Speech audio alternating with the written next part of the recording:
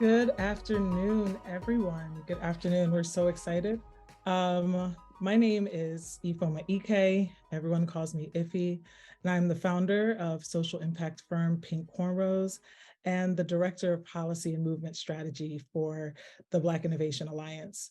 We welcome you to our community webinar titled The Urgency of Black Innovation Ecosystems, Advancing Policies for Economic Growth, Security, and Opportunity. I want to start this conversation with a bit of American history. On this day, April 20th, 1853, it's believed that this is when Harriet Tubman formally began working with the Underground Railroad, an innovation which contributed to Tubman freeing over 300 enslaved Black people.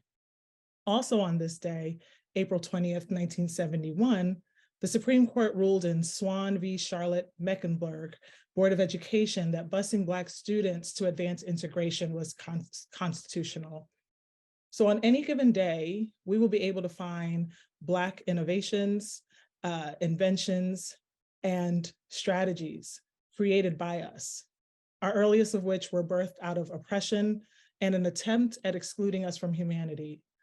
But also on any given day, we can use the internet to find policies which deeply impact our ability to be mobile, to advance, and to progress.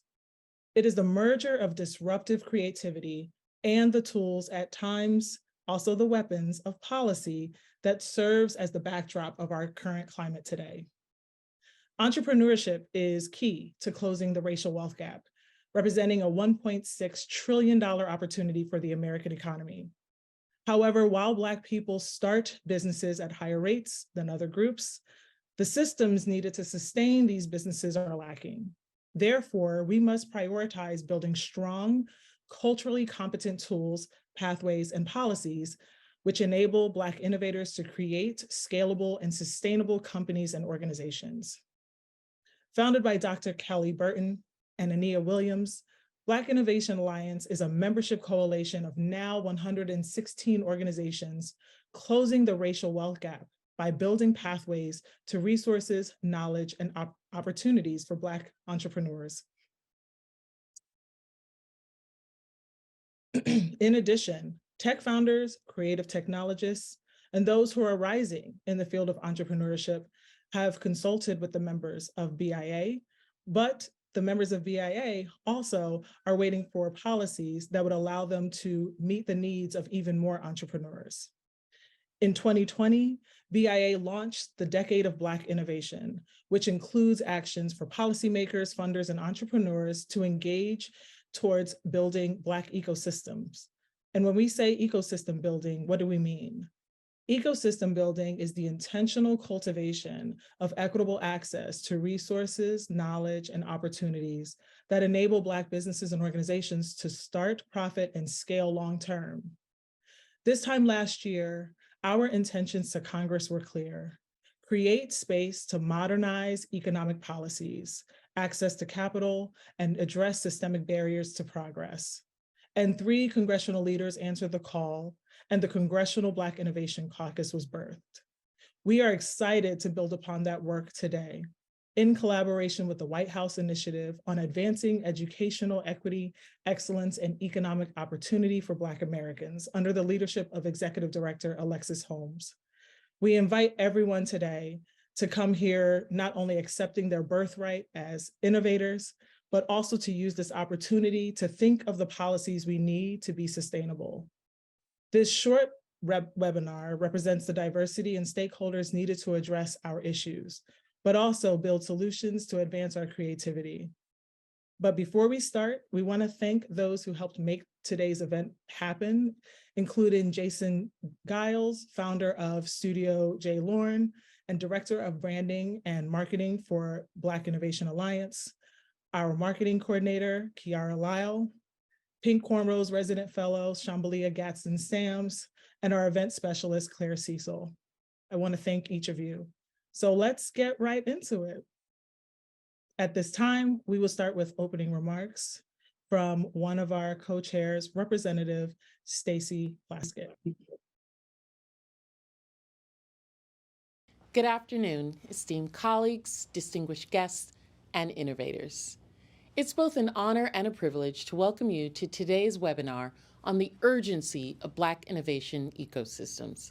I'd like to thank the Black Innovation Alliance and the White House Initiative on Advancing Educational Equity, Excellence, and Economic Opportunity for Black Americans for inviting me to share remarks and for organizing such an incredible and timely event.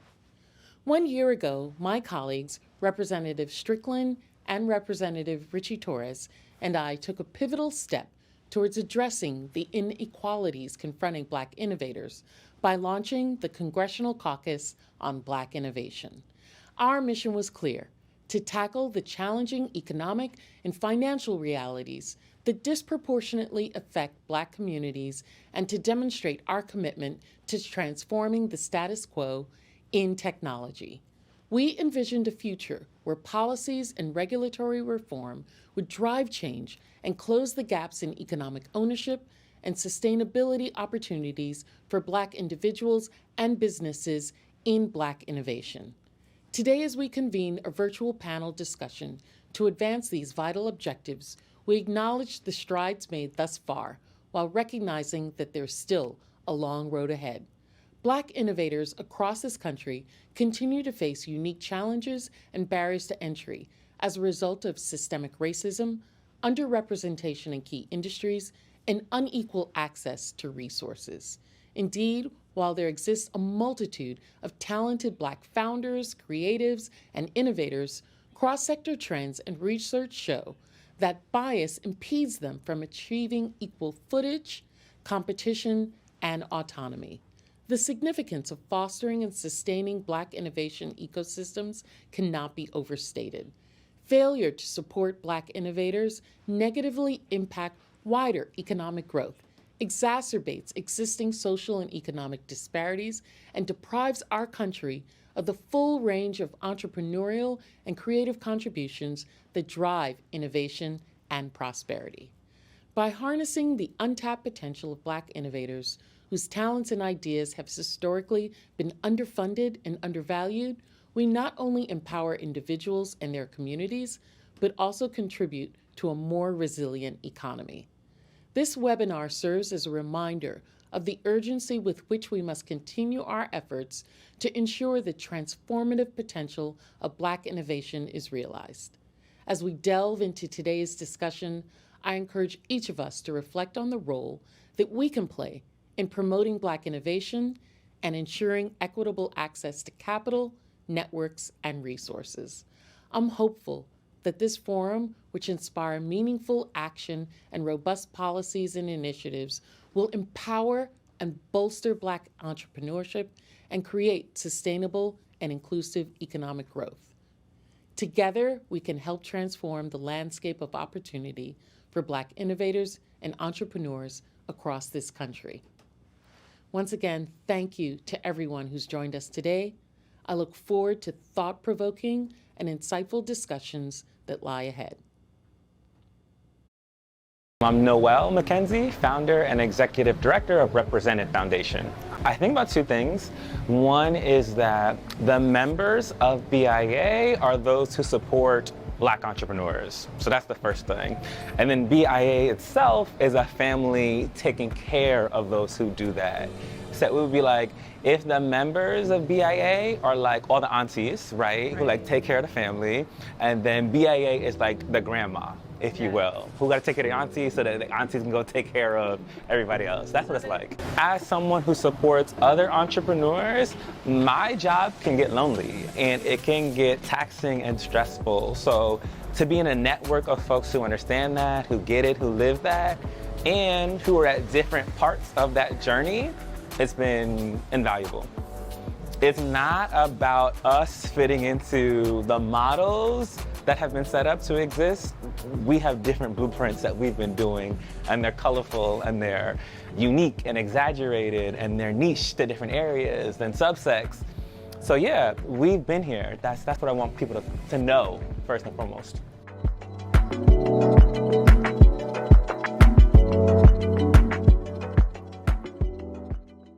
All right, so now that I'm in my comfort zone, off script, and ready to get into this first panel. Super excited about not only that intro from one of our co-chairs, and we will be hearing from our other co-chairs throughout this session, but really, really excited about everyone who is participating in this. Each person answered the call and has so much information to share from their perspective. And so a couple things, we want to invite folks to continue to raise questions in the Q&A. We're hoping that we will get to as many questions as possible at the end of each session, but also recognizing that the conversation doesn't end here. We will be sure to follow up with folks with answers, not just to individuals, but also to the community as to policies and also solutions and programs that maybe did not have full time on this webinar. And also just looking inside the chat, we will also be populating it with information throughout this webinar. Many of the organizations here have their own websites and their own links, so we want to make sure that we continue to build this ecosystem in real time. So I'm going to get into the first panel, Black Innovation and Decreasing the Racial Wealth Gap. And this conversation is kind of like a fireside, but also visioning chat. And it has a cross sector of leaders ranging from government to entrepreneurship. And so I am excited to welcome Dr. Kelly Burton, CEO of Black Innovation Alliance, Alexis K. Holmes, the Executive Director of the White House Initiative on Advancing Educational Equity, Excellence, and Economic Opportunity for Black Americans, Amber Green, Special Assistant to the President, that is the President Biden, for Racial and Economic Justice, White House Domestic Policy Council, and Dr. Steve M. Newell, Assistant Director for Innovation and Equity, Office of Science and Technology Policy, Executive Office of the President. Y'all gonna make my lip gloss work today, because these are some amazing, well-earned titles. And we don't have a lot of time. You all were prepped. This is rapid. So we are excited to start with this first question. And so I would like to go around each of you all, starting with Kelly, and then bouncing over to Alexis, and then Amber and Steve. Really just want to give you all your individual perspective on the role of Black innovation right now in our economy. As we started this conversation, I didn't frame the backdrop as Black history. It is American history when it comes to Black innovation and how we contribute to the economy. So I would love for you all to kind of start by maybe sharing a little bit of your space in your lane, but also to give us some top lines around the role and the merger between the need for policy to meet the demands of Black innovators and entrepreneurs today. So I'll start with you, Dr. Burton. Well, Iffy, thank you so much. I am over the moon excited to be here. Just so grateful for the partnership, Alexis, and it's been such a joy working with your team. At Black Innovation Alliance, this is something that we have been working on for a little over a year. BIA is just 2 years old. We were formed in June of 2020, and we've grown a lot over the course of the last 2.5 years, but advocacy has always been very focal to our work. So I know you talked about a little bit, Iffy, when you opened, but I want to reintroduce BIA again, because I know for many, BIA is very new to the scene. So Black Innovation Alliance is a national network of innovator support organizations, ISOs. And these organizations support business owners, tech founders, and creative technologists. There are currently 116 of these organizations that are part of the BIA network. They're in over 36 cities, and they support approximately 400,000 entrepreneurs and innovators of color. At BIA, we are working to create the sort of ecosystem that is necessary for Black innovators and entrepreneurs to thrive. And that's why the language around urgency is so very relevant. We know that we are facing down a 228-year racial wealth gap. 228 years. That means it will take 228 years for Black family wealth to catch up to white family wealth. For me, as a social scientist, I'm like, how is that going to happen? Especially when we're at a point where we know how money works. when you get to a certain level, it's just a matter of your money making money babies, right? It's your money making money. So how do we get folks who are not yet at the point where their money is making money to catch up with the counterpart that is at a whole different level? For me, that means that we need to get hyper strategic and intentional about how we do that. So at BIA, we doubled down on entrepreneurship because entrepreneurship is the #1 wealth creator in the world, point blank, period, the end.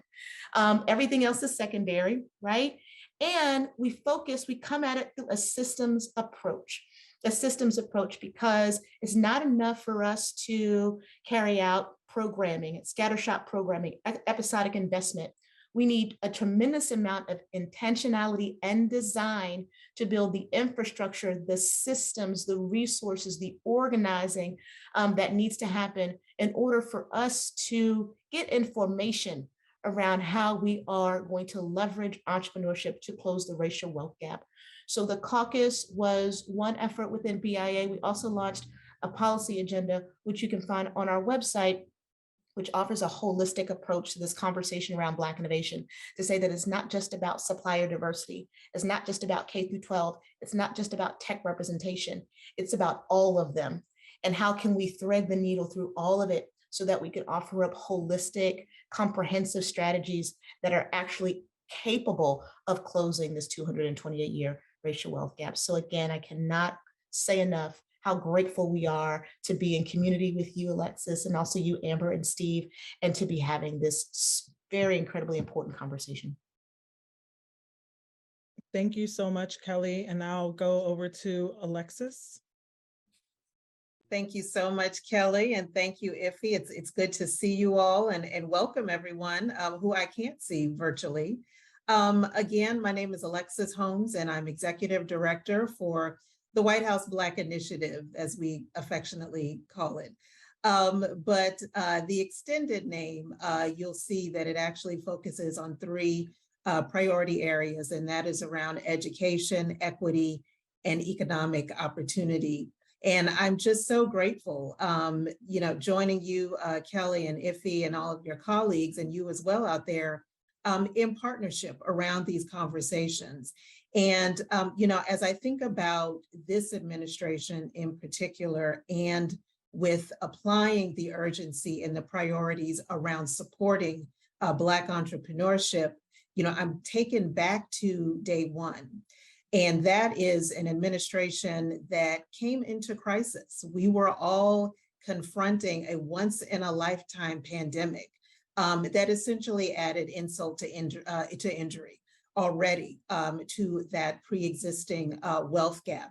And so to be a part of an administration that has prioritized and taken equity to a whole nother level from day one is an honor. And I am quite grateful to be here and to begin this conversation and this partnership with BIA. Definitely congratulations on the building of the alliance, as well as the congressional the caucus. We very much look forward to working with you. And as we have already discussed and I've spoken, we certainly want to continue these events and these conversations. I know that we have some time today, but we certainly want to build on that as well. So on behalf of the White House Black Initiative and our very excited team, we thank you so much for being here. This is a priority for us. And we are, again, we're very excited to be here in partnership with you and, quite frankly, in partnership with my colleagues who will be coming up behind me. Thank you so much. Awesome. So I would like to introduce one of those colleagues, Amber Green. Thank you for joining us. Would love to hear about your perspective around Black innovation, as well as your office and domestic policy, how you all are leading in this space, and also what more could be done writ large amongst all the agencies to address the gaps that exist for Black entrepreneurs. So much, Iffy, and I hope that you all can hear me. We are constrained a little bit by our technical work here, so hopefully we're sort of appearing on two screens. But we're so pleased to join you this afternoon. As was mentioned, I serve as the Special Assistant to the President for Racial and Economic Justice with the Domestic Policy Council, and I have the privilege of leading the implementation of the President's whole of government charge, on racial equity and support for underserved communities. So as some of you know, the president signed a day one historic executive order on equity, and actually also signed an executive order again in February, further advancing our work committed to equity. And that charged the entire whole of the federal government with advancing equity to tackle the challenges that generations of discrimination, exclusion, and disinvestment have caused for communities across our nation. For me, it's a privilege to work in this space as someone who was raised in the Bronx, New York, where we have some of the poorest health conditions, where so many people struggle with debilitating housing conditions, years of underinvestment, underemployment. So this work for me is very deep personal. And it remains one of the president's top priorities to advance equity and racial justice through the federal government. And when we think about Black innovation and the role of Black innovation in the economy, we have to think about the funding disparities within the innovation field. And so when we think about creating Black economic opportunity, it's about being a force multiplier for good paying jobs and meaningful benefits that not only work in the Black community, but benefit the entire US community as a whole.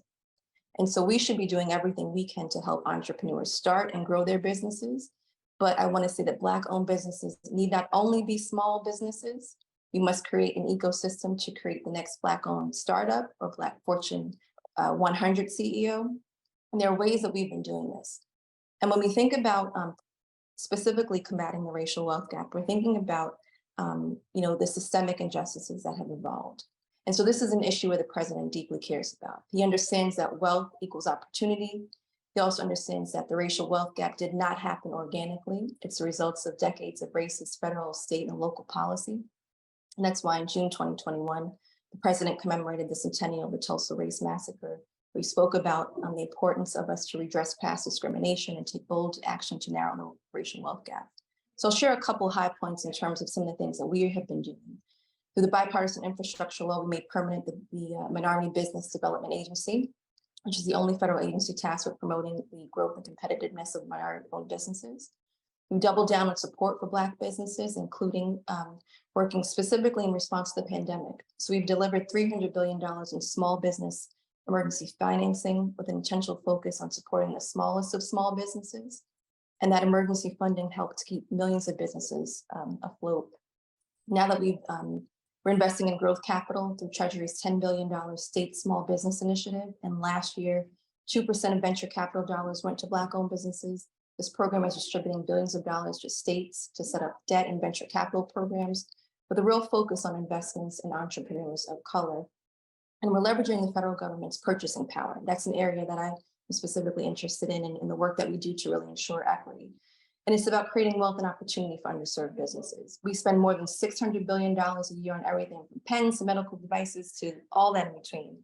And so when we think about the goals and the ways that we're transforming the way that we do business, the president has set a goal of increasing the share of contracting goals to minority-owned businesses by 50%. So in 2 years, we are on our way to meeting that goal. And this would translate to an additional $100 billion to minority-owned businesses. But I've talked about businesses, but when we think about truly, thinking about addressing the racial wealth gap, you also have to think about prioritizing home ownership and the work that we've been doing with HUD and Secretary Fudge to address racial bias in the home appraisal process. And all of those things combined, I think, are putting us in a place where that gives me hope. There's still so much that we have to do. We have the lowest unemployment rate for Black Americans at 5%, the lowest rate of Black Americans without health insurance. Black home ownership is increasing. We've seen the most applications to start businesses in any 2-year period in history, empowered by entrepreneurs of color. But it really does not have to stop there. There's so much more work that we can do. We are excited to be partnering, obviously, with Alexis and her team and the work that you all are doing here. But we just have to keep on working harder and pushing further to make sure that not only can we start businesses, but that we can also work to sustain them. So I'm really pleased to share that information today, and thank you for hearing us. Thank you so much, Amber. And one of the things that you've done that we try to elevate here at BIA is that is some of the social issues that you raised are also the issues that our entrepreneurs are facing as they're building their businesses, right? And we often don't talk about that holistic struggle of what it means to be able to pay rent and also pay your employee. And so as you are raising these issues, we want to think about how we are not only talking about innovation in a narrow lens of just tech, and even to an extent financial services, but also what it means for equity to really surround our entrepreneurs as they're maneuvering through. So thank you for sharing those top lines. And a little later, we are going to really have like a rapid, how do we get connected to those resources conversation, because that's also important too. A lot of folks don't necessarily have those data points that you've raised, and it's important for people to know how to access them. And so to round us out, Dr. Steve Newell, same thing, would love for you to introduce yourself. I mean, when I see you, I'm like, I don't know if you're like the Black Bill Nye, but I do want you to share with us how we get even more not only connected to your office, but also the role of this space. Oftentimes STEM is seen as something so distant from our communities, when in actuality, when we think about the innovation of math and science, that is something that is actually very organic to us. So I would love to hear your thoughts on how policy and innovation must weave more together. Of course. I hope folks can hear me. Having some White House IT issues, as Amber mentioned. So I'm glad to be joining you all today. So my name is Steve Newell. I'm Assistant Director for Innovation and Equity at the White House Office of Science and Technology Policy, where I work on advancing our federal capacity for evidence-based policy and promoting a more inclusive, effective, and equitable science and technology ecosystem. So the White House Office of Science and Technology Policy works to strengthen and advance American science and technology. We engage with external partners, including industry, academia, philanthropic organizations, civil society, and our colleagues abroad. And we work to ensure equity, inclusion, and integrity in all aspects of science and technology, just to name a few areas. So one of the benefits of going last here is I get to echo a lot of the points that have already been made. So innovation is really core. It's a core component of everything we're trying to do. Innovation is central to our economic, social, health, and environmental outcomes. None of our national goals can be achieved without innovation. And this, I think, is particularly true now for innovation in science and technology. So innovation is key to addressing the opportunities for our nation, but it's also key to addressing the opportunities and challenges facing Black Americans today. People are really interested in things that affect their lives. People want to address challenges and opportunities that they see in their own communities every day. When we don't create conditions that support Black innovation, we're undermining efforts to uplift Black communities across America. But importantly, we're also denying every community the opportunity to benefit from the genius and creativity of Black America. If we're not leveraging the imagination, ambition of every American, we're really, in the end, holding ourselves back. So for more than a year, the Science and Society team here at the Office of Science and Technology Policy worked on an effort called The Time Is Now, which was an effort to better understand how to promote equity and excellence in our STEM ecosystem. Last year, the Lab to Market Subcommittee of the National Science and Technology Council engaged in a similar effort, focused on challenges around inclusive innovation. And we saw a number of barriers there. And that led to, in December, the release of a plan and vision from OSTP for promoting greater equity and excellence in our STEM and innovation ecosystems. So making progress across the areas that we outline in this vision, we think are essential for increasing the number of Black innovators. So this vision highlighted the need for ensuring students, teachers, workers, communities, and innovators have adequate support to participate in and contribute to science and technology throughout their lifetimes. So of course, this includes a lot of things we've talked about before, including things thinking about housing, nutrition security, those types of things.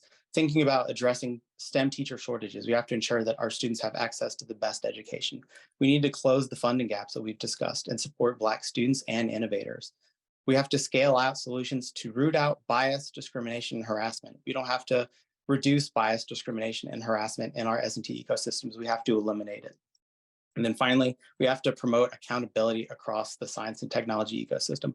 We have to know what works, when, where, and for who. We have to make sure that everyone is having the opportunity to engage in these vital areas. So I will say, coming right after Amber makes it a little easier to echo this point, but we are making progress in these areas. Alongside our vision for equity and excellence in STEM, we announced an array of activities and efforts that will promote Black innovation and success in STEM. totaling 1.2 billion in work, investments, and opportunities just in that event. These activities and commitments included not just federal agencies in office, from agencies and offices like the National Science Foundation and the U.S. Patents and Trademark Office, but importantly, we're also trying to engage industry and civil society. So one of the things that we announced there was the launch of the STEM Opportunity Alliance, which is housed at the American Association for the Advancement of Science with support from the Doris Duke Charitable Foundation. So we are making progress in these important efforts, but we have to continue, as all of the speakers before me mentioned, we have to continue to embrace this sense of urgency. Every time there's a potential Black innovator, student, scientist, or entrepreneur who misses out on an opportunity, that's an opportunity missed for all of us. Those are opportunities and those are insights that we would all benefit from. So I'm excited to help support this work and work with my colleagues here and all of you. So thank you for the time today.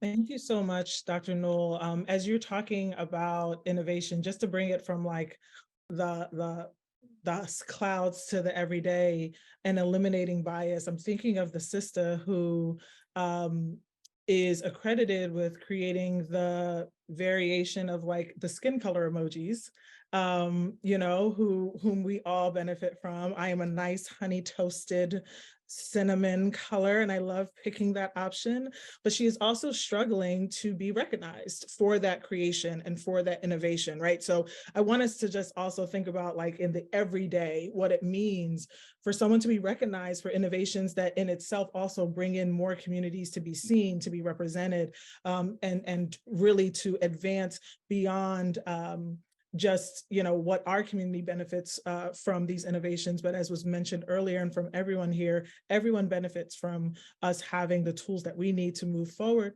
So as we are winding down, and I know that everyone has beautiful scripts, we all have them, and I promise I won't ask a question that'll get anybody in trouble, but I do want to ask a question about, as we are moving forward, we have this opportunity where, you know, we're creating space to have more of these discussions, this being one of them. Whether it's your personal wish list or one that we really need to hear about, would love to hear, and anyone can jump in from you as to like, when we think of foundational priorities, and some of them have been raised as far as from a very high level executive, you know, priority level, but wanted to hear from each of you all if there were two or three, excuse me, both social and innovative innovations that we need to see with policy. Have you thought about that? What does that look like? You know, I heard a lot of things that are related to housing and related to education. And so I wanted to hear if there's anything that's burning for any of you all that you would like for us to either get more information on, or that we really need to activate right now. So I don't want to call anybody out yet, but if after 10 seconds, okay, Amber volunteered. So I'll go really quickly. I think one of the things for this group to be aware of is just the amount, you know, the historic funding that we have. And we don't know when we'll have another opportunity in terms of the huge historic investments of the Inflation Reduction Act, bipartisan infrastructure law. All of those key elements and key legislative victories that the president secured really will be integral in terms of the work that these folks around the table are doing. When it comes to just the progress made, the opportunities that are available, the opportunity to work with government, I think those are areas and spaces that specifically when we're thinking about innovation is, you know, making sure to, you know, register as businesses so you can be on those listservs, participate in forums, ask for the technical assistance if you need it. I know we are working to try to reduce, you know, burden in government forms and services, and that is also part of our equity work, you know, writ large. But I think we have such an awesome opportunity that we have through these awesome funding programs to really change the way that we do business. You know, the goal that the president has, you know, of increasing access for small disadvantaged businesses is a real goal that agencies are meeting, and we are on our way towards addressing that. But I think for this group specifically, thinking about how they can play a role in innovation when it comes to, if it's with, you know, Inflation Reduction Act, when it comes to solar, or when it comes to electrification, or just different ways that, you know, new technology that you are employing and developing. I think, and I'm going into, you know, Dr. Steve Newell's space a bit in terms of OSTP, so feel free to, you know, jump in on anything that I failed to mention. But we just have a really, interesting opportunity right now for so many entrepreneurs to take advantage of this work. And so we're hopeful that folks here will see that. And if there are resources that we should be providing, that we can provide to share with you all, I think please just let us know and we'll do so. I'll jump in. Yeah, real- go Oh, ahead, Kelly. no, you go, because it's probably a direct follow-up to Amber. Yeah, no, I would just, kind of support everything Amber is saying there, thinking about these generational investments. Recently we saw the passage of, the CHIPS and Science Act. That's a generational investment of science. A core component of that is broadening participation in S&T and innovation. So one of the, every day when we're having conversations about implementing these programs and these policies in things like CHIPS and Science, we're talking about promoting equity. We're thinking about how to engage these communities who have often not been at the table. And so as we're going through, we definitely encourage folks to reach out to our offices to provide their insights, to share their experiences. And when we're, in public facing spaces talking about this work, to engage and make sure you're highlighting the work that you're all doing, and then the places that we need to be focusing as we're trying to, disperse these dollars and get these programs from, on paper and, statute into people's lives every day. And I love that. And I think it tees up the need for ecosystems, right? Because it's impossible for agencies to have a one-to-one interaction with every person who is a good fit for these opportunities. I see so much energy in the chat of folks saying, well, can you list that? And what can you repeat that? Where do I find that? That's why ecosystems are necessary. And that's what we're working to build at Black Innovation Alliance. We want to be that point of entry for Black entrepreneurs who are trying to access all of the things, right? All of the resources. There's just one place that you could go. It's almost like a one-stop shop. Because what government needs are partners, but also accountability partners in this work. Yes, there's a lot of money that the federal government has deployed to particularly communities of color. But I can tell you, as a person who works with a community of leaders who are doing the hard work across the country, there is fear and trepidation.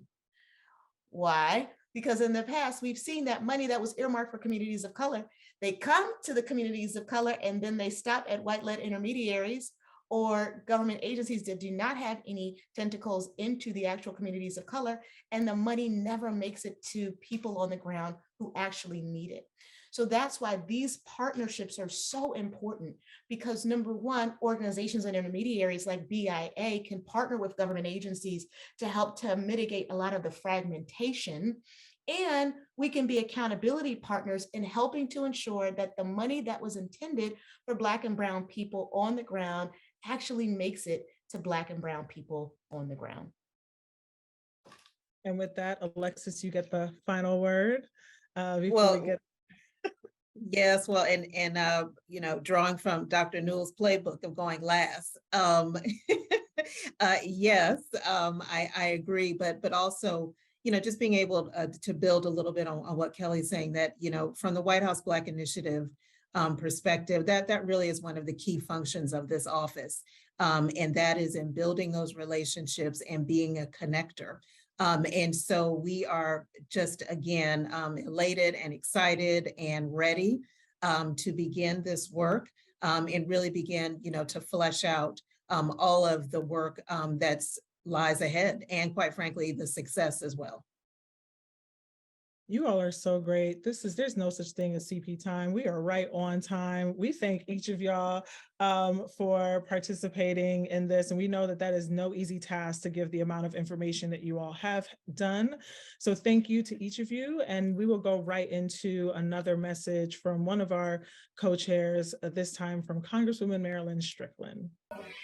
This is U.S. Representative Marilyn Strickland from the 10th Congressional District of Washington State. A year ago, my colleagues Stacey Plaskett and Richie Torres launched the Congressional Caucus for Black Innovation. Why does that matter? Because we want to make sure that as we talk about wealth building in America, that we respect the fact that there are lots of Black entrepreneurs. Unfortunately, they do not get the same access to capital and to institutional investment the way some of their other peers do. So we want to make sure that through this Congress, We're promoting wealth building, we're supporting entrepreneurs, we're supporting innovation, we're doing everything we can to support the next generation and this generation of people who are inventing amazing things to help our daily lives, to make things easier, and to make sure that we stay technologically advanced. So on behalf of the Congressional Black Caucus for Innovation, thank you for your support. Let's get out there, let's lift up our entrepreneurs, and more importantly, let's make sure that they get funded. Yes, we echo those sentiments that we want to make sure that all of our entrepreneurs get the funding. So we are so excited to have with us today Sinclair Ridley Thomas from UBS to talk with us about how the current financial market is impacting the future of Black innovation. This is kind of like the rapid, Keisha talk, as I like to say. Ted is cool, but Keisha's cool too. And so, Sinclair, we're just so glad that you're here. We know there's so many moving pieces right now in the financial market. So we just love to hear your insights. And if there is any time, we will pull a question to ask you directly. But at this moment, you have the floor. Okay, thank you so much. I greatly appreciate the time, and I think this is a very important topic. I do want to state that before I get started, the views I express here are representative of my own and not my firm's, and so I promise to be candid and share really my perspective in and hopefully a thoughtful way. Heading, I'll give you my background so that you can understand my perspective, and then lay out a few at what I think are good contextual points. The first is that as a managing director and head of TMT Private Capital at UBS, based out of San Francisco, I spend all of my time thinking about how to help private companies at the growth and late stage in those sectors, tech, media, and telecom, affect transactions to fund their business plans. Those can be looked through on a 6, 12, 18-month period, or even a longer period of time, with the perspective of the companies potentially going public, affecting a material M&A event, or continuing to stay private and maybe grow organically or decide to buy other companies. In doing so, you have options in terms of a funding source. And one of those options is to raise equity, which is what I'm a specialist in, or in using traditional bank debt, revolvers, credit facilities, which is where I spend less time, but certainly where I try to help advise companies if that's appropriate. And the biggest and I think use of time in today's environment is being a thoughtful corporate finance entity, an organization, not the least of which was highlighted by some of the contraction and then jitteriness that materialized in the banking sector. And so from our perspective, before March of this year, most people thought about Treasury and where funding sources were and banking partnerships as a back office consideration. On March 8th, that was a front office CEO and board level discussion. And it continues to be, by the way, in terms of having a diverse set of relationships for whatever your needs are: operational cash management, excess cash management, working capital funding, funding inorganic growth, that is mergers and acquisitions, funding other strategic initiatives you have that may be earlier in life. When I think about specifically the resiliency of Black entrepreneurs, and then how the economy and funding sources are responding to that, I think that there continues to be a focus on finding ways to support smaller businesses and earlier stage businesses, but that there's nothing better than a business that's well built, that has a real leader and or leaders and a team that can deliver value to its customers. And so a lot of times we will turn transactions down that are referred to us from very influential and important people because they don't have the elements that I just articulated. A strong product market fit. The team doesn't appear to be cohesive and or focused, and it doesn't appear to be a clear plan. But if you get those three, that's when we get really excited. And I think they're starting from that perspective. And because of, frankly, some of the challenges that typically smaller entrepreneurs and Black entrepreneurs face, actually advantages Black entrepreneurs and being able to bring more fully formed ideas to the market. That's one thing. Second thing I'm very fascinated by is multiple category entrepreneurs. So that person who discovered a pain point in running a small family business and took that discovery, turned it into insight that then fueled the creation of something, another business that's service driven or technology driven that meets other entrepreneurs' needs. That's a powerful a founder's motivation and a powerful story to be able to tell when you talk about raising for the next business that you're launching. And I think it compounds on your strengths, right? You're coming from an authentic voice, you're coming from a solutions oriented mindset.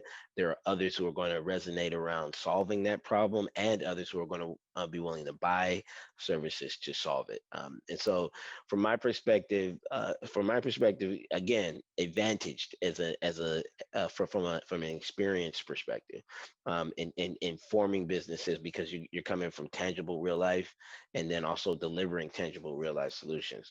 The last point that I'd like to highlight is just around um, what the forward months look and feel like, largely from a focus perspective, in terms of where we expect the private markets to go. Q2 and Q3, I publish annually a UBS House View on the state of the private markets, and our prediction, independent of the recent volatility, was that Q2 of this year there would be a floodgate opening because of the massive amount of private capital that had been raised over the last, call it, 18 and 24 months at the fund level. That capital has largely not been deployed because there was price dislocation in the public and private markets. And just today, there was a pretty wide article about a prominent technology hedge fund, Tiger Global, having to write down significantly their private investing book because um, companies were not observing the reality of a new pricing reality, which was the public markets had come in. They had not raised since those public market valuations had come in, and so they had what's called a paper valuation, that ultimately could inflate the return to the fund. And the fund has a fiduciary responsibility to its investors, limited partners, in disclosing what the real value of those assets are, even though they are private and not traded. And now, in doing so, I think that they are certainly in a better position, all things considered, for having that disclosure. Those we've had to wipe through. Because of that wipe through, now people have to get to work, and investors that are at all-time high in terms of focus and finding net new names, because you don't get paid as an investor when you're investing in the same names that you met in 2018 and funded in 2019 and did a follow-on in 2020 when COVID broke, and did another follow-on when they raised another round in 21. That trade is done. So viscerally, investors are now incentivized to find that new names. And then two, the economy demands it. Now is the best time to build. We have structures in place, and that's part of the reason why generative AI and Chat GPT has taken off with the velocity and ferocity that it has, is because we do have structural challenges and structural unmet needs that businesses have yet to fill. And so it is a hype cycle. We all acknowledge that, but it's a good sign that life will continue, right? Post whatever volatility there is, life will continue, and there's still problems that need to be solved. And this entrepreneurship group, as much as any, is capable to do that. So I wanted to share that in the spirit of support, and then also encouragement, but also what we see happening. I think there's going to be a heightened level of private company funding and support in the second and third quarter of this year. I think the fourth quarter of this year will probably feel more conservative, but it all sets us up strong, well, for next year. And again, that you'll see still some good deals come through the channel. So with that, I'm happy to pause and appreciate the time to share some perspectives with this great group. No, thank you so much, Sinclair.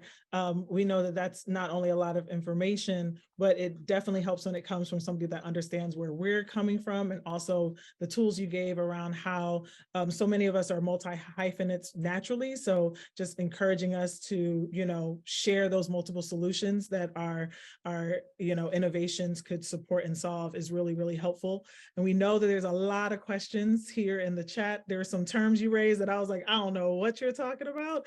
But what's great is that we can follow up. And that is the point of our space, is to follow up, make sure that we can get some more insights. So thank you so much. And we'll definitely be following up with you shortly. Awesome. Thank you. And thanks for having me. Best of luck with everyone. And Gerard, I see you. So it's good to see you too, brother. It's good to see you as well, man. Long time no see. Yeah. We'll change that soon. All Yes, right, back sir, to we you all. will. Awesome. So we want to continue and hear directly from those who are creating those innovative supports, reaching out to entrepreneurs on the ground, and also have been able to think about what policies they are hoping come into fruition so that they can support more entrepreneurs and to Kelly's point, help support the linkages that are necessary for a thriving Black ecosystem. So without further ado, I am excited to introduce our next 4 speakers. Lakeisha French, who is the president of Preneurology and also the founder of The Future in Color. Erin Horn McKinney, who is the National Executive Director of Howard University and PNC National Center for Entrepreneurship. Samantha Abrams, the CEO and Managing Director of Walker's Legacy Foundation, and McKeever, or Mac, Conwell II, founder and managing partner at Rare Breed Ventures. I am so excited that I know each one of these folks. I literally have no problem talking about how much I fan everything, each one of them. And so I wanted to frame this a little bit by starting with each one of you all's journeys a little bit. And so the first question is a journey question. And I just want to make sure all of our speakers are up here. I see, is Samantha up here as well, team? Just want to make sure. Test. Awesome. Thank Great. you. Thank you. I see you.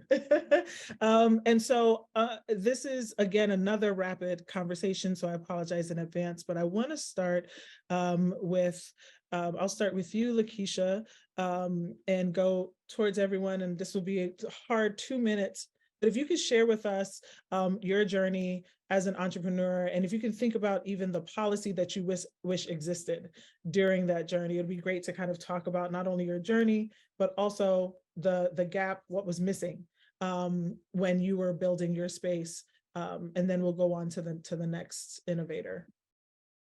Good afternoon, everyone. It's an honor to be here in your presence, and happy to share my journey in the hopes that it will resonate with those who are on the ground, who are listening right now, who are building their visions out and building their sustainable high growth businesses. And so I'll share a little bit about when I got started, how I started out thinking about for me, it was in the program space. So I was going to build a program for my education background that sort of bridged entrepreneurship and business development together after leaving school. And I started that business in a really small location.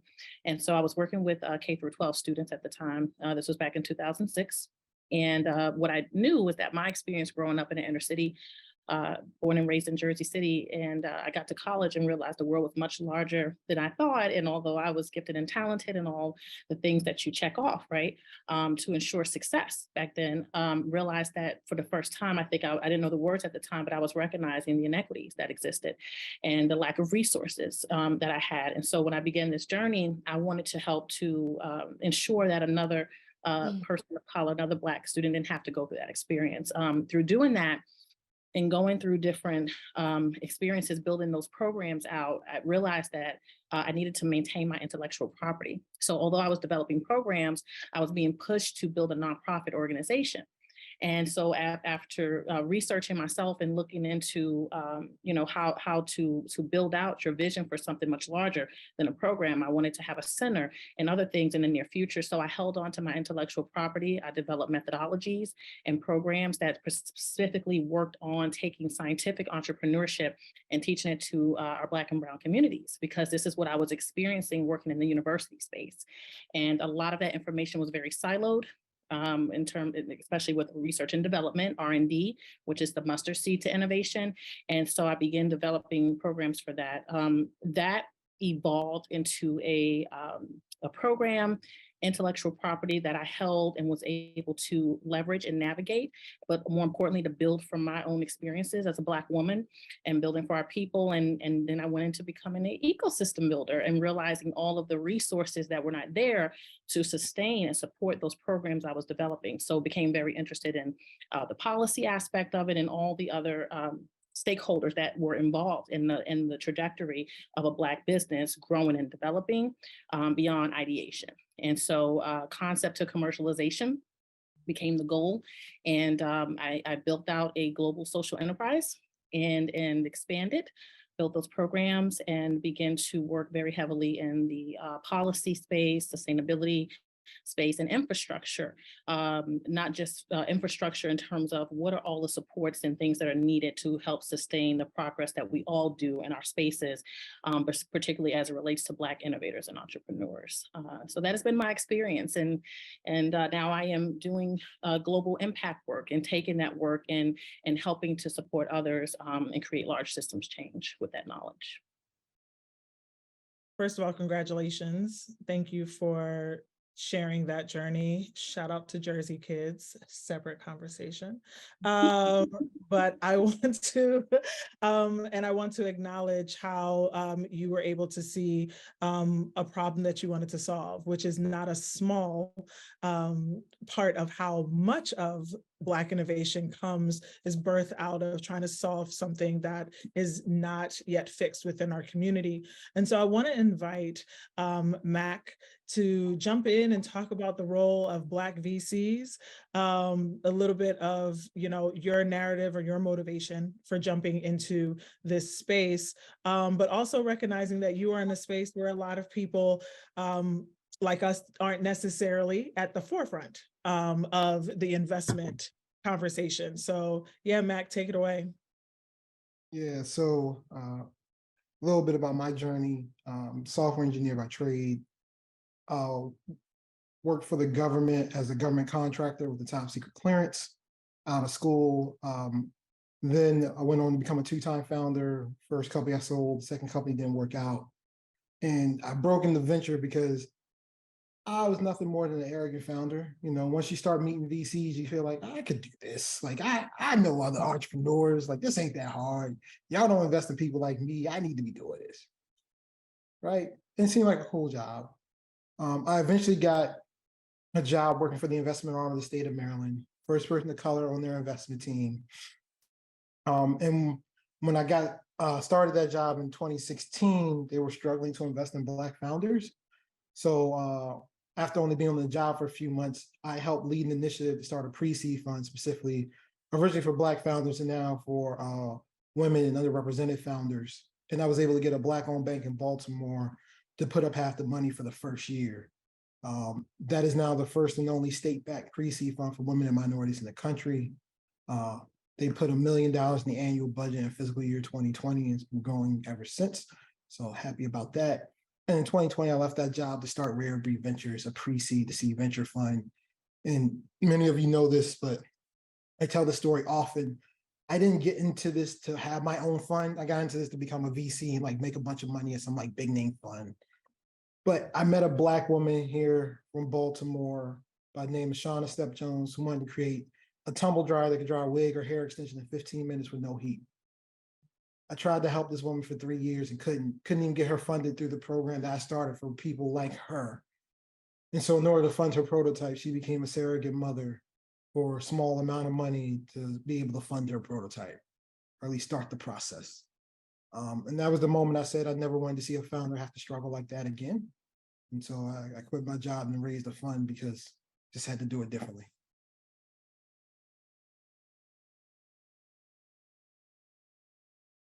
Aaron or Samantha, y'all can flip a coin as to who would like to go after that.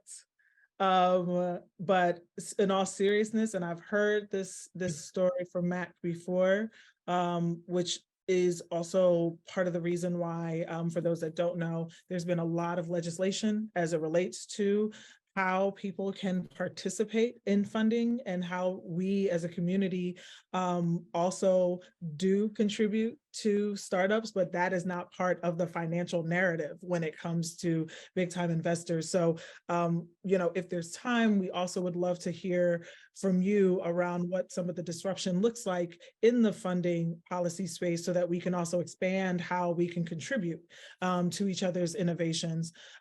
Before we get there, want to bring up someone who has also been involved heavily in connecting agencies to how women folk, femme folk, those who are connected to our communities and are already the backbones, women, Black women, have been advancing their businesses. So I would love, Samantha, for you to share how Walker's Legacy has been connecting with various agencies for quite some time.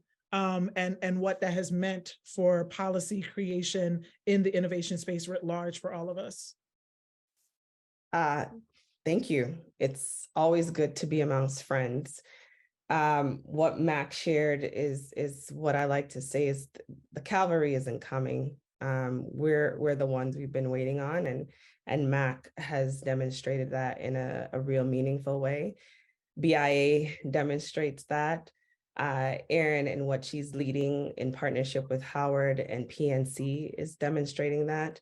Lakeisha, we're cross-pollinating.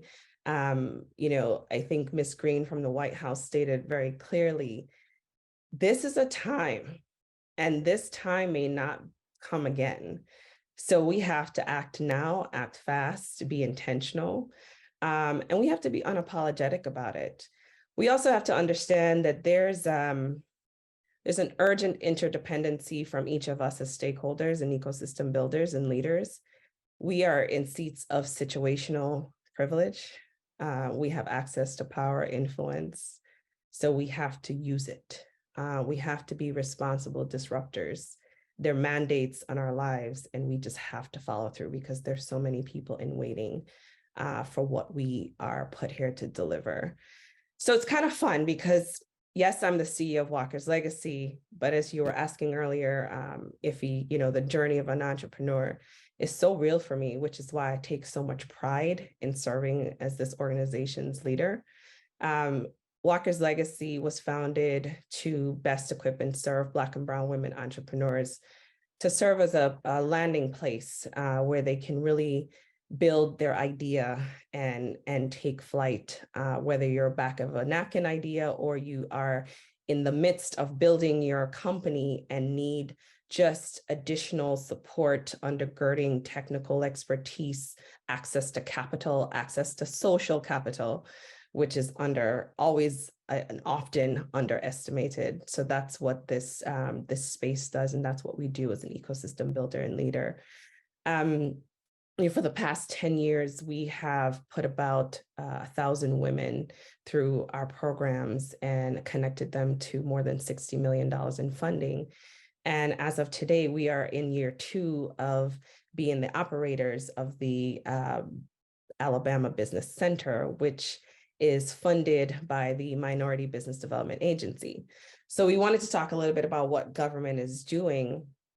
And while there's so much more that we believe government should do, and I believe they will do, we're seeing, we're seeing that those advances made in programs like expansion of women business centers by the SBA made investments there, investments and expansion in Minority Business Development Agency, the permanent installation of the agency by having Donald Cravens Jr. as its first undersecretary. That is Congress and the United States leadership saying that MBDA needs to exist and we need to protect it. So we're going to make sure that it is a permanent fixture within our government. And we also see other programs coming out of FCC, like the Affordable Connectivity Program. When we think of entrepreneurship, entrepreneurs everywhere deserve access. And sometimes that access, especially to programs like Walker's Legacy, requires internet access. And so how do we really meet people where they are and not extract people and make them feel like they need to leave their communities, the ones that they're actually investing in? Oh, come out of your community and come over to this other, community so that you can actually be fully participatory. No, we need to meet people where they are. So we're driving so much of that change. But, as an entrepreneur, a serial entrepreneur, I failed up a couple times inside this country and outside, because I'm from Guyana, South America, a beautiful place that I still call home, and wanting to make sure that I don't forget where I come from and making sure that I'm reaching back. I launched businesses and couldn't figure out for the life of me how to raise funds, Mac, in 2013, so I can keep my cable company alive. Infrastructure is critical and relevant in technology companies, and that's what cable was. But we actually brought cable to a community where my mom is from, where they had no connectivity before us. So we were literally running coaxial cable by hand, but we couldn't keep it alive because we just did not have the investment. So by 2017, we had to let the company go. But I call it a fail up. But for 16 years, I've had restaurants with my parents. I'm the co-founder. I had brained up this idea as a business plan, was required to pass a data statistics class in 1999.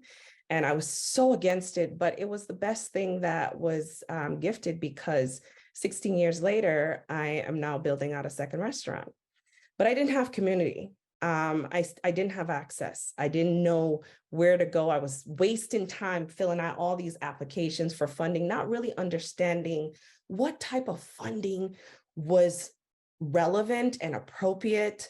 Eventually, we bettered ourselves and just kind of took all of our money and invested it. But what I saw then is not what I see now. Certainly being the leader at Walker's Legacy and being a member of Black Innovation Alliance, I know and see that we are really providing an ecosystem, particularly for Black and Brown women entrepreneurs, where we can not just succeed, but we can thrive, right? And that's what we need to see more of, and this cross-pollination and cross-collaboration.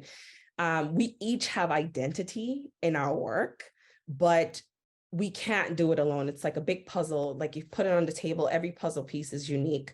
But in order for the puzzle to be completed and look amazing as pictured, we all have to work together. So I'm just incredibly grateful to all of you, for those I can't see, for being unapologetically bold and understanding that this time is now, and we are the cavalry. So let's go. Yeah, the message of this time is now is resounding, and also how we link together better, right? I love this fail up. Like, these fail up stories need to be shared. And I'm so serious, because we oftentimes do this in silence, and then we walk away.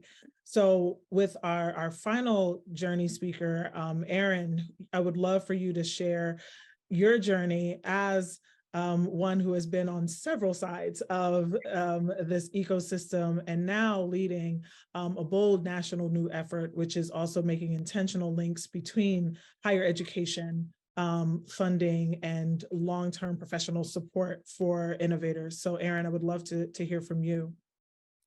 Well, thank you. I too am excited to be amongst family here in my tribe, talking about something that we're all extremely passionate about. I don't know how I got left with the smallest amount of time to try to go through 3 decades of work. And yes, I'm going to date myself, but I'm going to do the best that I can.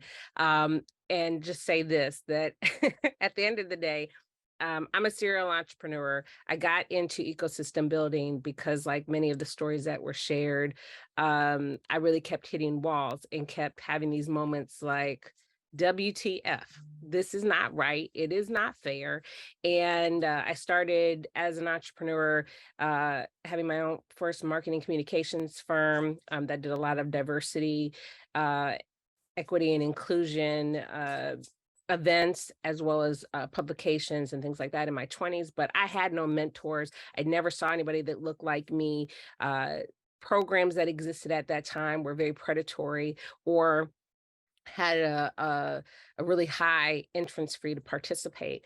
That work turned into having an online component in the early 2000s. And what was crazy is at that time, I did not see myself as a tech founder because I'd never seen anybody in tech that looked like me, and realize, fast forward, and I'll just quickly say this, that work started in Minneapolis, Minnesota, where I'm from, home of George Floyd, and why this work is also especially important to me, right? Right, and I still live in Minneapolis. And fast forward, I moved to the Bay Area, try to get into tech as an employee, as a founder in the mid 2000s, and it just was not happening. And literally was told, you attended an HBCU by tech companies and their HR departments, and we rank those differently in the hiring process. I didn't even know what that even meant. Like, are you kidding me? And I went to Howard, right? And so to me, just even being discriminated because I went to a historically Black college and university, and a top tier one at that, right? And then also and also just being told, you're not a good culture fit. We've made some strides in that realm, but we still haven't. And at that same time, I said, okay, well, I'm going to be a founder, right? And work on that full time. And being, starting to see being told no all the time, and seeing the people that ran these programs were older white men, and these incubators and accelerators. And then the people getting into those programs were younger white men. There weren't even women getting into these programs at that time. And so I had what I call my legally blonde moment. And I was like, F this, like somebody's got to say something. And, moved back to DC after getting laid off from my employer on Barack Obama's first inaugural day. Like we were mandatory that we could not take that day off, and come into work on a historic day just to be laid off. And it was disrespectful, and it was done with over 2,000 employees across the country, many which are women and minorities, which we keep seeing every time there's an economic downturn, right? We get laid off.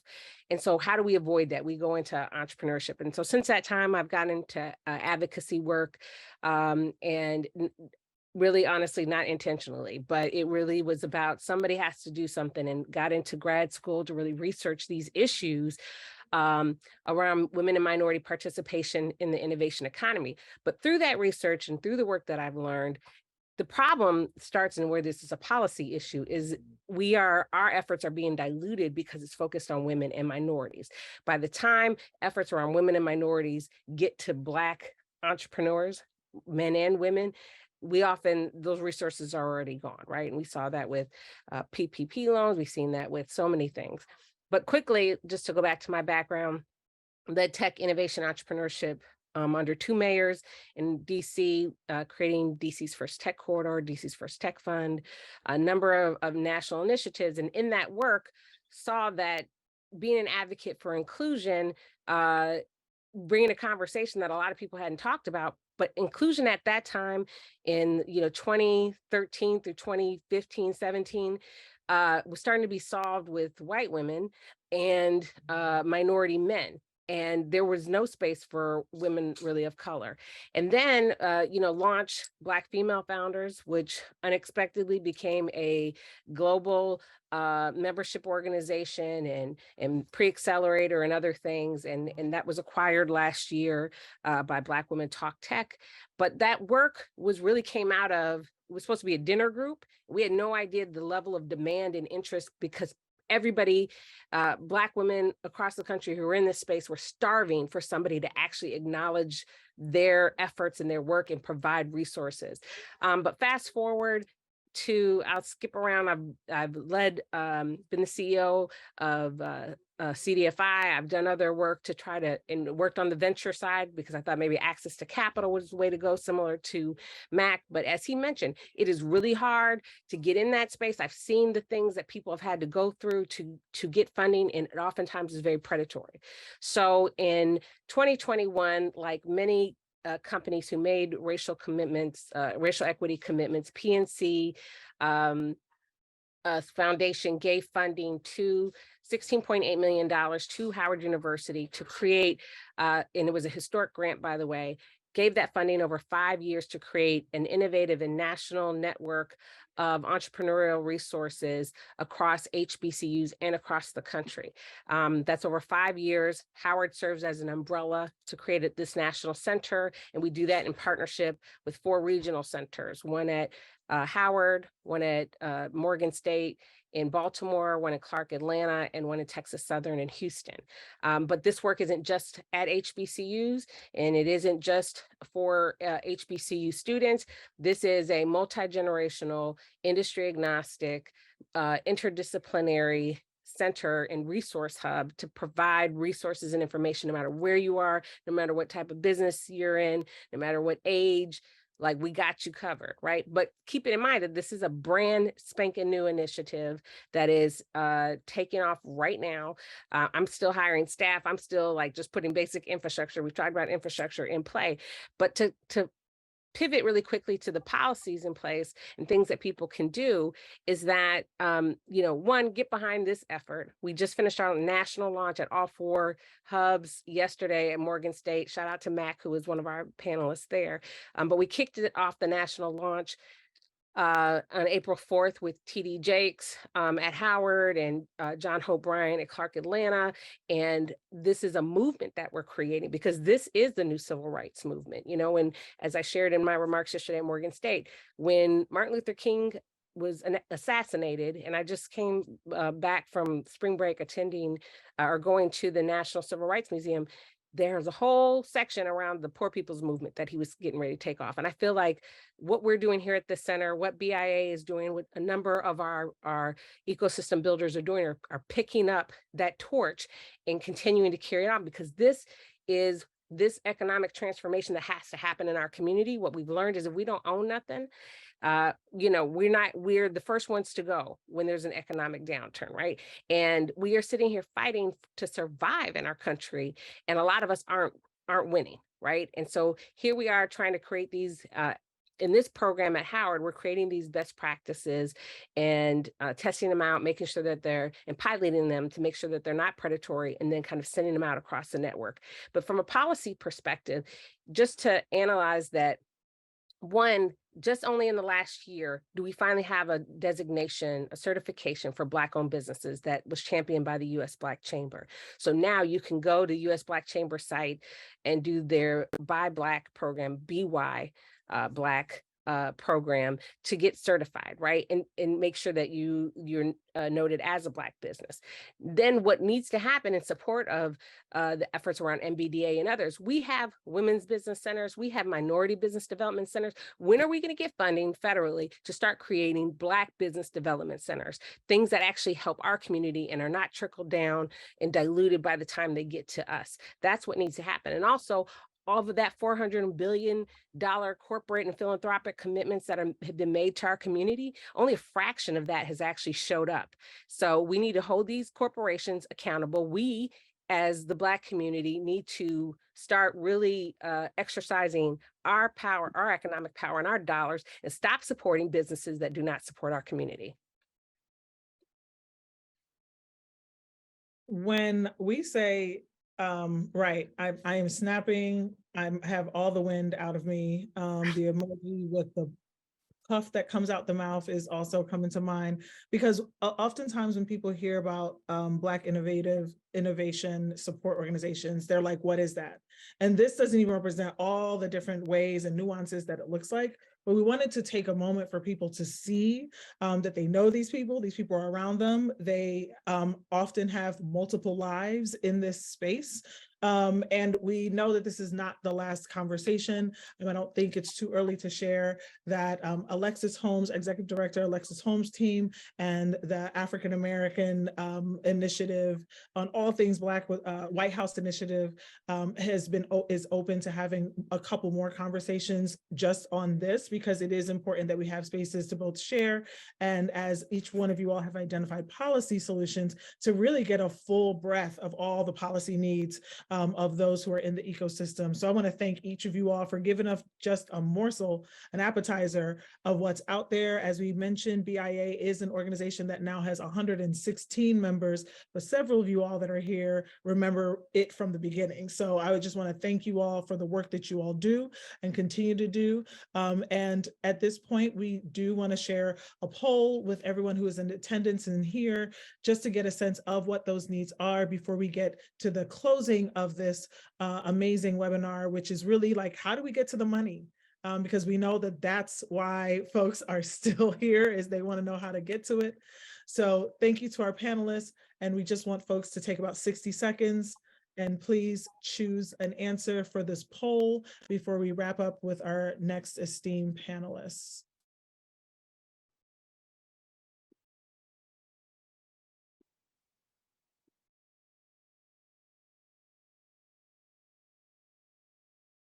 Okay, now to conclude, we want to talk about how federal agencies support Black innovation.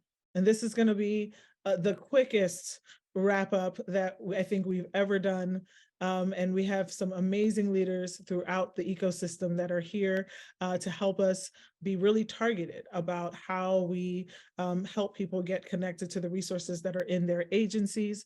And so I want to bring up Eric Page Littleford, the program manager of America's Seed Fund at the U.S. Small Business Administration, as well as Henry McCoy, the inaugural director, Office of State and Community Energy Programs at the U.S. Department of Energy. And then we will have both Jared Lodholt and Megan Bolton share some of the tools that entrepreneurs can take advantage of right now as we are trying to ensure that you all have at least a starting point. So folks, I know that it is, there's Megan, if we can bring Megan up. I know it's not a lot of time, but I know y'all are ready to give it to us. So I'm gonna go ahead and start with Eric and then go to Dr. McCoy and then Jared and Megan. So Eric. Thank you so much. It's really been an energizing panel. I've really been enjoying this. So I'll just speak for a few minutes. I was gonna share slides, but given the time, I think I'll just sort of speak to some of the programs. So I'm Eric Page Littleford, Program Manager for America's Seed Fund within the SBA and our Office of Investment and Innovation. And we really have three core programs. One program is our Small Business Investment Companies. Why is that relevant? It's basically a public-private partnership where if you're looking for investment, these companies are able to leverage a debt guarantee with SBA to increase the ability to invest in small businesses. So I just want to encourage you to take a look at the SBIC program at sba.gov. A few things. We have 300 licensed SBICs. So these are licensed private investors. They're all listed on sba.gov. You can do the research. One tidbit I will give you, look for the companies that have been licensed within the last 5 years, because they're probably still in an active investment phase. So that's one thing I want to share. Another thing I want to lift up is the fact that we really have been leaning in terms of the ecosystem development aspect. We have a few programs focused on ecosystem development.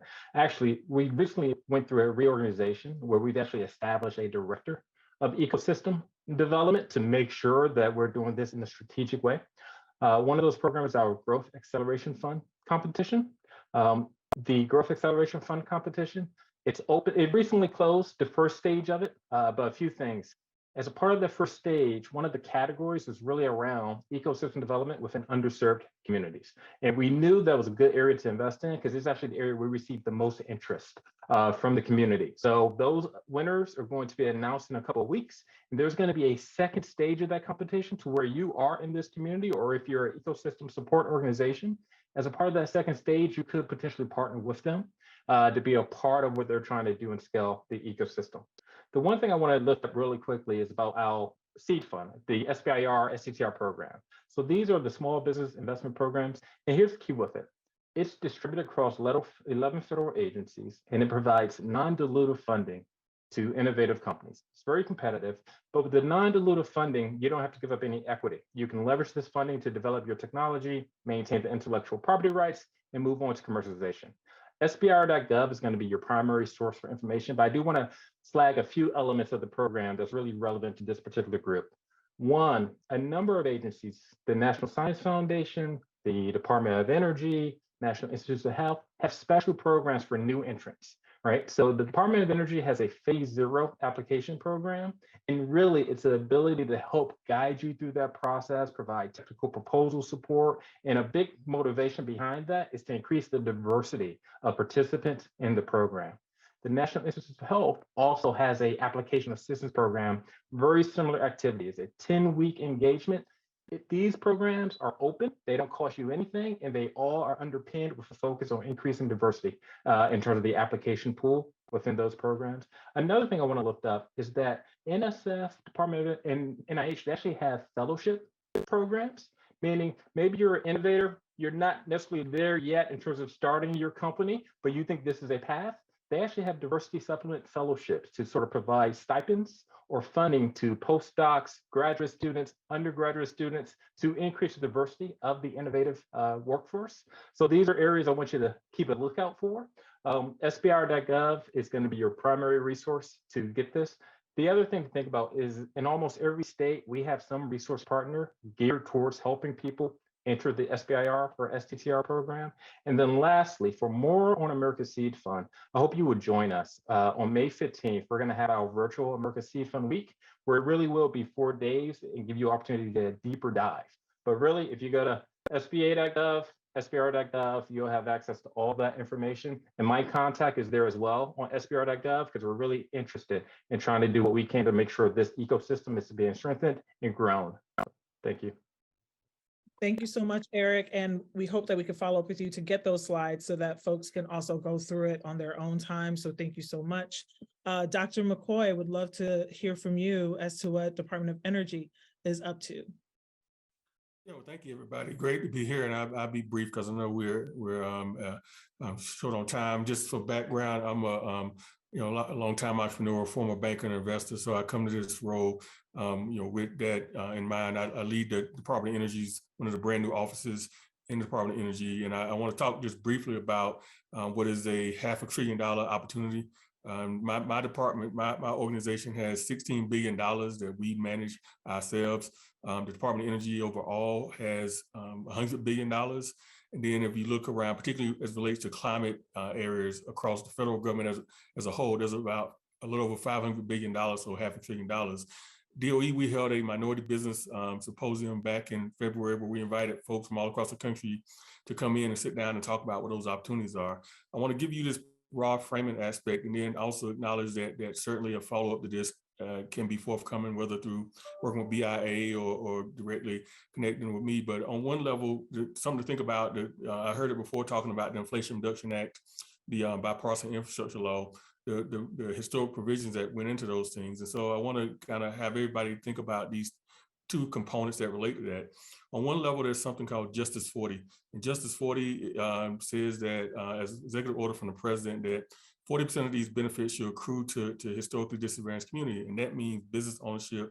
It means in low cost capital, all those kind of things. And so I say that to say that at least with the funding and resources I have and across the board, there are requirements that grantees put in place community benefit agreements, how they're gonna invest these resources into community.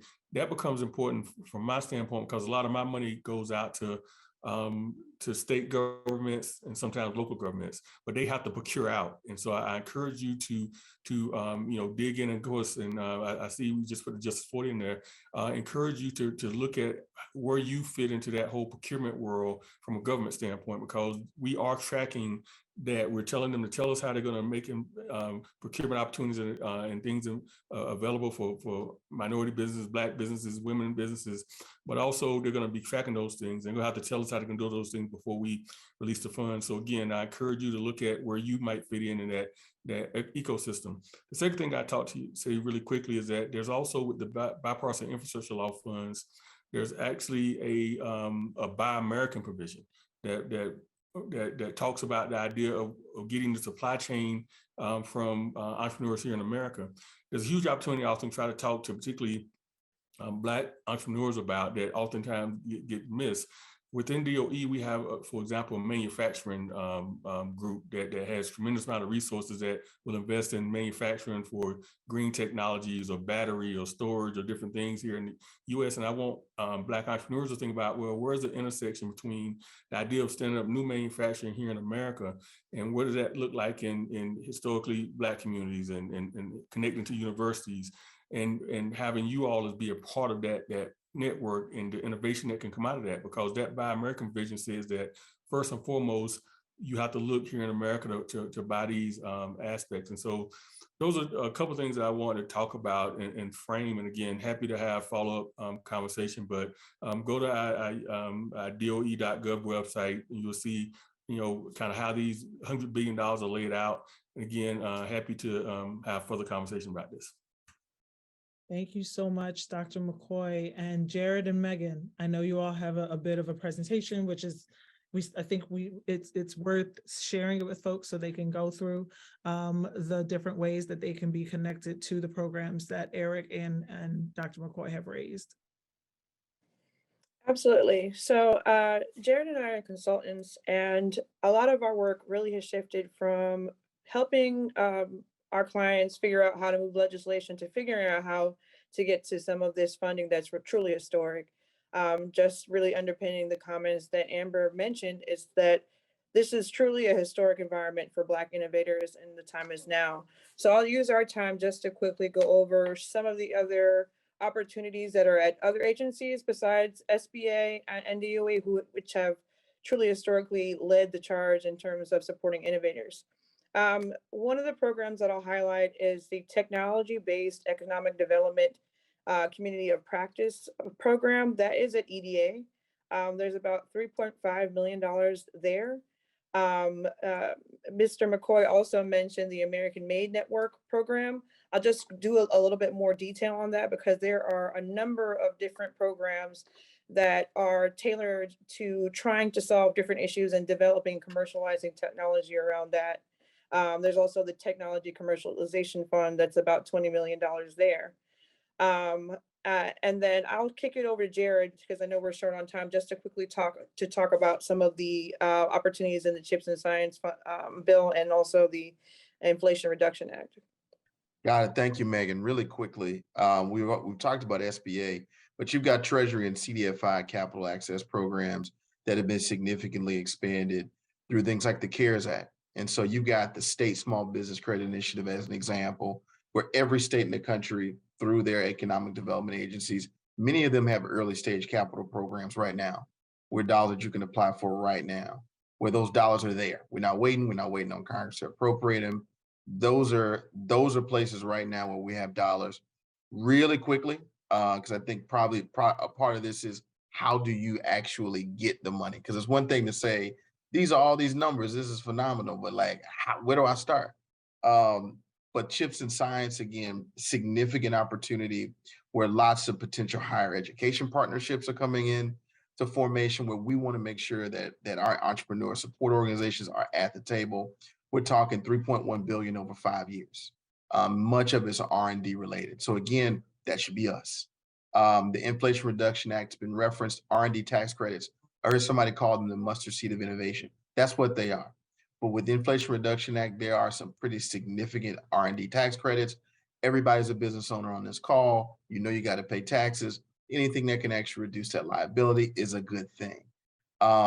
There are programs that have gone through the CARES Act, if you can believe it, where lots more dollars, 10 billion in one case with the Emergency Capital Improvement Program, went to MDIs and CDFIs. We've heard MDIs and CDFIs referenced on this call. It's great to have the bank relationship with Chase or whoever, but make sure that your CDFIs know who you are, the MDIs, if they're close to you. They now have access to money that never existed before through some of these pandemic relief programs. And so you want to make sure that they have to spend some of that with you. And they have to spend it actually. So it's not money that they can sit on. It's not a deposit, it's dollars that they actually have to spend. So what do? One is, I think, partnerships. I talked about CDFIs, knowing what your state and local economic development agencies are doing. Higher education institutions are incredible repositories for this information, but they're also the ones that are forming a lot of these partnerships. Staying close to BIA. we all can't sing their praises enough. So much information is coming from BIA to many of your organizations that then will flow down to the companies that you all support. So the key function, I think, of BIA is taking this information, distilling it, and telling you where to go. One thing you can do for free today is you can go to the program offices that are administering these programs. They all have email lists. You can sign up for those and you can get the emails. They tell you when things are coming. They tell you when to prepare. They tell you when there's technical assistance, free webinars. I do this for a living, and candidly, I sign up for these things all the time. It's free information. Go get it. Part of it's also getting smart on the programs. It's all there. You got to go to the website, read it, sit down, print it out, do what you got to do. The last thing is joining forces. You all said that you've got over 116, entrepreneur support organizations. If you're in the same cities, you may need to start to have the conversations with your local elected officials. What are y'all doing? Because when you need money, you call me. When you need a vote, you call me. But now I need you. And so getting in front of them and forcing them to do their jobs is literally your constitutional right. And so I think it's something that we need to consider, that I know BIA is doing this, but joining forces with like-minded advocates for these issues to say, hey, you tell me where the money is, you tell me when it's going to be available, and you tell me how to get it. It's something you can do for free, and you can do it today. We'll stop there. Thank you all for having us. I wish y'all wouldn't stop. I almost wish everybody was like P. Diddy and just kept going. But I do appreciate that this is just the beginning of this conversation. We wanted to make sure that people saw all aspects of the ecosystem in this first conversation, and that we will be following up with each of you all afterwards. Any slides or information that you all have, we promise as an organization we will get it out to folks. There was a lot of information there. And as Jared mentioned, it's so important that we're connected to systems, to spaces that are able to provide that technical assistance and that support, because it's one thing that all the money is there, but if we don't feel comfortable actually attacking and trying to get to that money, then we're still at ground zero. So I want to thank you all for at least giving us some starting points as it relates to where to get connected to the resources there. At this time, we are going to wrap up with closing remarks from Representative Richie Torres, and then we will have just one more minute to wrap up this whole program. Hello, I'm United States Congressman Richie Torres, proudly representing New York's 15th Congressional District in the Bronx. As one of the original co-chairs of the Congressional Black Innovation Caucus, I am grateful for the opportunity to join you in celebration of Black entrepreneurship. Today, we celebrate the one-year anniversary of the Congressional Black Innovation Caucus. The mission of the Black Innovation Caucus is to create not only jobs, but also Black businesses, not only income, but also Black wealth. The Black community has a wealth of entrepreneurial energy.